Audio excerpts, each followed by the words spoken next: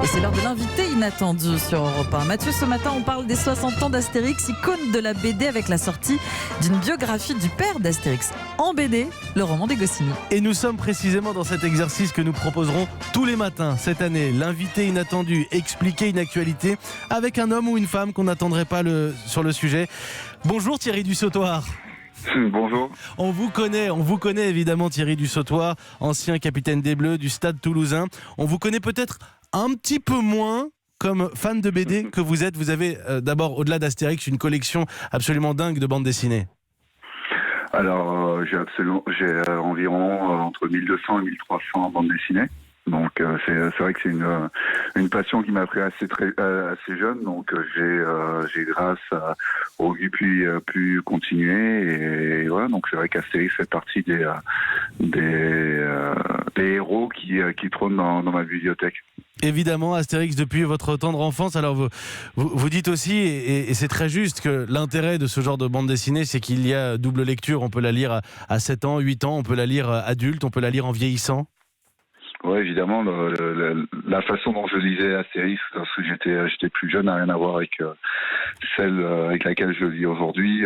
J'avais pas le même recul sur les jeux de mots et sur l'humour de Goscinny et Uderzo. Bon, maintenant les auteurs ont changé évidemment, mais c'est vrai que c'est toujours un plaisir de s'y replonger. C'est l'avantage de la bande dessinée. Et il y a des choses qui sont des références, Astérix, Tintin, bien évidemment. Tiens, je vais vous demander, et je connais la réponse, Thierry Dussautoir, quel est votre personnage préféré d'Astérix ?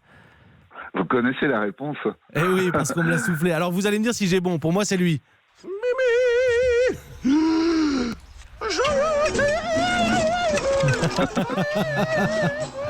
Est-ce que j'ai bon avec Assurance Tourix, le barde mal aimé? Le barde mal aimé, mais surtout un excellent interprète. Et c'est vrai que vous avez raison parce que j'ai une voix exceptionnelle. Donc c'est vrai que je pense souvent à lui lorsqu'on me demande de pousser la chansonnette. On vous a souvent demandé de pousser la chansonnette ? Dans le vestiaire, peut-être ? Dans le vestiaire, autour... vous savez, le rugby a quelque chose de très proche, hein, des banquets d'Astérix après avec la troisième mi-temps et les banquets. Et c'est vrai qu'on se retrouve autour, plus forcément autour du sanglier, mais c'est vrai qu'on aime bien festoyer ensemble et bon, parfois on chante la chansonnette, mais bon. Ça va, ouais, avec l'esprit de l'Ovalie, comme on dit. Ouais, la convivialité, ouais. Thierry Dussautoir, je pensais pas forcément au banquet, c'est vrai que ça fait très troisième mi-temps, moi je pensais plus aux bagarres dans le village qui font très mêlés. Il y a quelque chose de très gaulois dans le rugby, en tout cas dans le rugby du 15 de France. Alors oui, enfin, je sais pas, mais en général, oui, c'est vrai que d'ailleurs, Astérix et les Bretons le montrent bien. Hein, il y a un petit clin d'œil sur le rugby. C'est vrai qu'on a un sport de combat, mais ça reste bon enfant, on va dire. Voilà. Donc c'est vrai que quand on le voit de l'extérieur, on peut se dire, bon, mais quels sont ces fous qui se tapent dessus ou qui se rentrent dedans? Mais ça reste toujours bon enfant parce qu'à la fin, ça se termine autour d'un banquet, quelles que soient les catégories et dans l'échange. Donc c'est vrai on ressemble beaucoup à Astérix et les Rugans. Pas de potion magique dans le rugby, on est d'accord, Thierry Dussautoir. On va. Alors, oui, c'est effectivement dans le dopage. Malheureusement, ça reste un sport qui est touché, mais il faut être honnête, mais c'est pas une généralité, non. Non, clairement. Simplement, je voudrais peut-être vous rappeler, écoutez, un amour de jeunesse. C'est Falbala. Obélix. Ah, elle t'a connu. Oh, Falbala.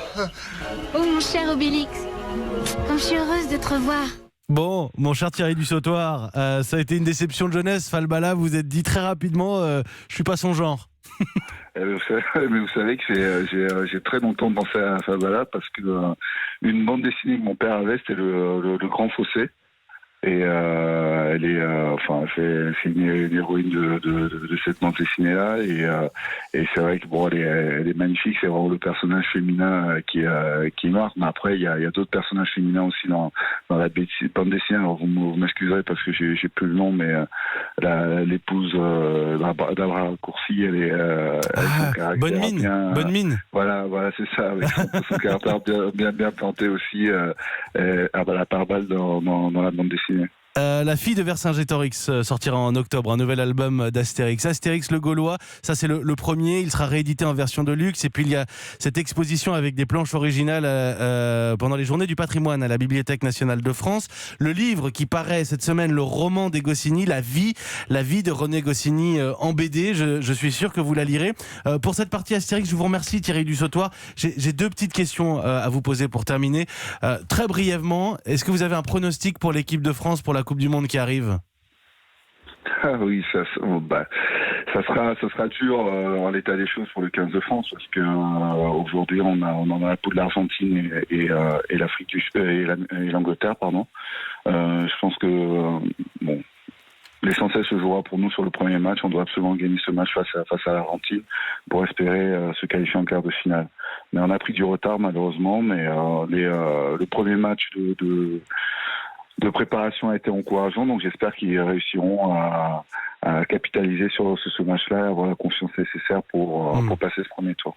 Et puis Thierry Dussautoir, vous êtes un retraité du rugby, mais vous êtes actif puisque vous êtes lancé dans l'entrepreneuriat avec All My SMS, une plateforme d'envoi d'SMS, et puis Faust Market Group, vous êtes dans l'import-export d'agrumes. Thierry Dussautoir qui est dans une nouvelle vie. Je reçois ce matin à 7h40 Romain Keven qui va devenir professeur des écoles et faire sa première rentrée cette année. J'ai noté dans une interview que vous avez précisé, je n'ai pas peur d'accepter d'être un élève. J'ai trouvé ça assez fort comme message. À votre âge, on se relance, j'ai pas peur d'accepter d'être un élève. Oui, c'est l'étape de la reconversion pour beaucoup d'entre nous. Pas forcément des anciens sportifs, hein. Dans la vie en général aujourd'hui il y a beaucoup de gens qui changent de carrière et à un moment il faut avoir accepté d'avoir l'humilité de plus être le sachant et d'apprendre et c'est un cheminement qui est pas si simple que ça, donc c'est pour ça que j'ai voulu en témoigner sur cette interview. Merci beaucoup Thierry Dussautoir.